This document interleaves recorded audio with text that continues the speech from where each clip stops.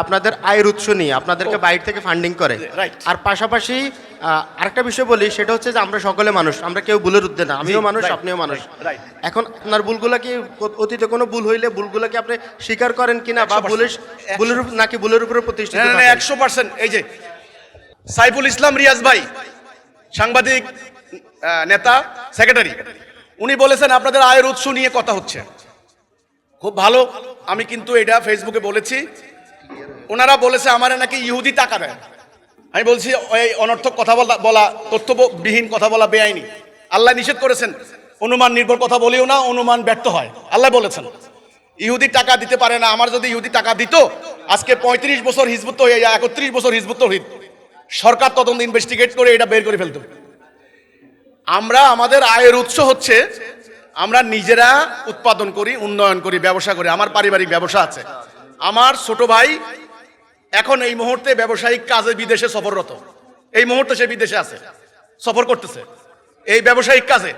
আমরা চেষ্টা করতেছি আমাদের এখানের উৎপাদিত পণ্য দুবাই, সিঙ্গাপুর, মালয়েশিয়া, সৌদি আরব সহ অন্তত 10টা কান্ট্রিতে চাষির হাটের উৎপাদিত পণ্য যাবে ইনশাল্লাহ আগামী দিন।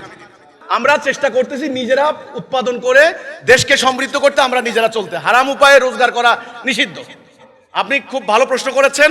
আমাদের আয়ের উৎস হচ্ছে আমাদের কর্মীরা হালাল উপায়ে রোজগার করছে, জীবিকা নির্বাহ করছে।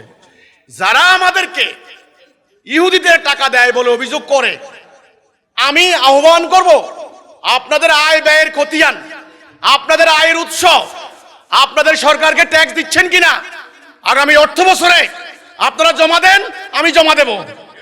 এই চাষির হাট থেকে লক্ষ লক্ষ টাকা আমি সরকারকে ট্যাক্স দিচ্ছি। প্রত্যেকটা গরুর পিছনে ট্যাক্স, প্রত্যেকটা গার্মেন্টসের পোশাকের পিছনে আমি ট্যাক্স দিচ্ছি। আমার প্রতিটা কাজের ট্যাক্স আছে। মিলিয়ন মিলিয়ন টাকা আমার এখান থেকে সরকার ট্যাক্স নেয়। আপনারা কত টাকা দিচ্ছেন? আপনাদের আয়ের উৎস সরকারের কাছে সাবমিট করেন, দুর্নীতি দমন কমিশনের কাছে। আমি নিজেকে সাবমিট করব। নাম্বার 2, আপনি বলেছেন হ্যাঁ ভুলের ঊর্ধ্বে কিনা।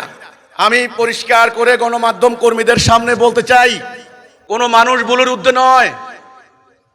বাবা আদম, আস্তাগফিরুল্লাহ, কোরআন বলে বাবা আদম ভুল করেছেন।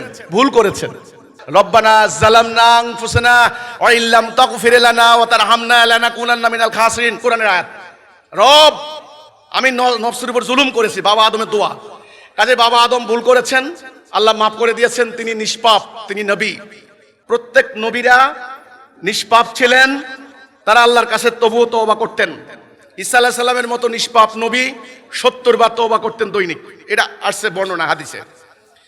আর আমি অত্যন্ত গুনাহগার সাধারণ মানুষ।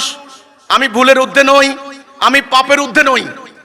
আমার অতীতের কোনো পাপ, কোনো ভুল, কোনো মিস্টেক যদি কিছু হয়ে থাকে, আপনারা আমাকে মেনশন করেন, আপনারা আমাকে বলেন যে এই জায়গাটা তোমার ভুল হয়েছে। আমি তো আল্লাহর জন্য কাজ করি, হাসরের দিন আল্লাহর সামনে আমাকে দাঁড়াইতে হবে। আমি নির্ভয়ে, নিশ্চিন্তে, নিঃসংকোচিত্তে আমি সরি বলবো, তওবা করব।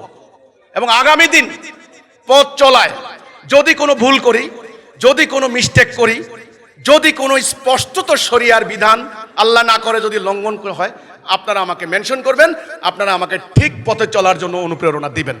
শুধু আপনাদের কাছে আমি একটা দোয়া চাইবো, আপনারা আমার জন্য দোয়া করবেন, আমরা যেন আমাদের এই জীবনকে আল্লাহর দ্বীন প্রতিষ্ঠার জন্য নিয়োজিত করতে পারি। আমাদের দুনিয়াবি কোনো স্বার্থ নাই। কাজে আমি ভুলের ঊর্ধ্বে নই। আমার ভুল হতে পারে, আমার পাপ হতে পারে, আমার যে কোনো ভুল হতে পারে। এমন কোনো ভুল যদি করে থাকি আপনারা বলবেন, আমি তওবা করব, ইস্তেগফার করব, কোনো কথা নেই। নবীরা তওবা করেছেন, আমরা কি?